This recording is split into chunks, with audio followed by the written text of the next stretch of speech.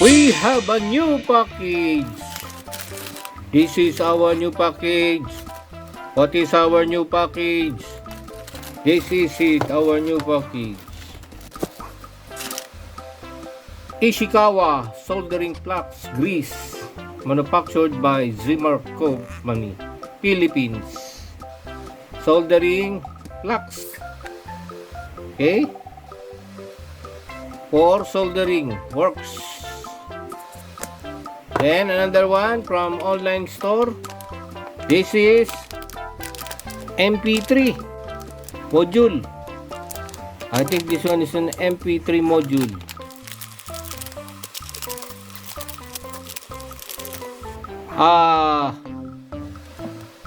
MP3 GD3500B. MP3 module for playing music sounds. And then this one is another MP3 module with TF card or SD card, micro SD card, so that we can use this in our upcoming projects. DF player mini. So you inserted the SD card and then we can able to connect it to the Arduino or any microcontroller, and then we can also play with music. We can play music MP3 with SD card. This is MP3. You can upload the music directly into the hardware. This one is with detachable storage or this SD card slot for MP3. And then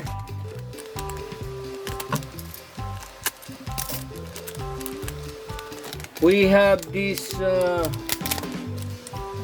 pin header, 2-pin header, 2, 4, 6, 8 pin header, and this one is RA02 LoRa. This is LoRa or radio frequency module for it is used as a transmitter or receiver.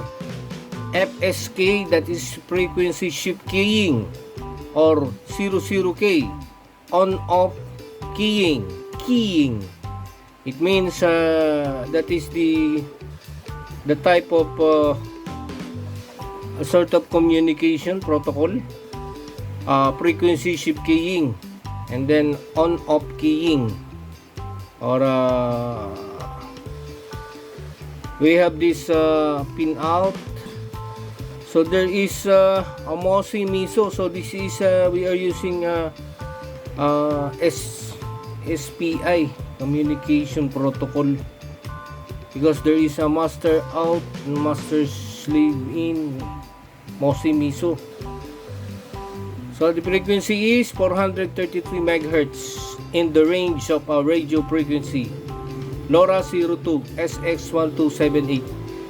It can be used as a transmitter or receiver radio signal, for the radio signal. And this one, we're going to connect the pin header to the respective place, just like this one. And then we have this electret microphone. So we have microphone. This is also known as a condenser microphone. PCB type microphone. This is active microphone.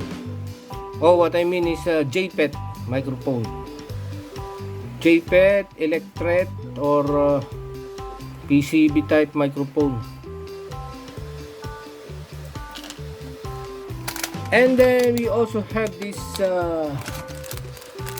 what is this?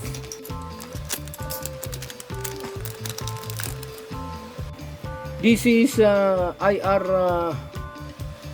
sensor obstacle, because there is an emitter and receiver LED. Obstacle sensor or proximity sensor also. Another obstacle or proximity sensor module.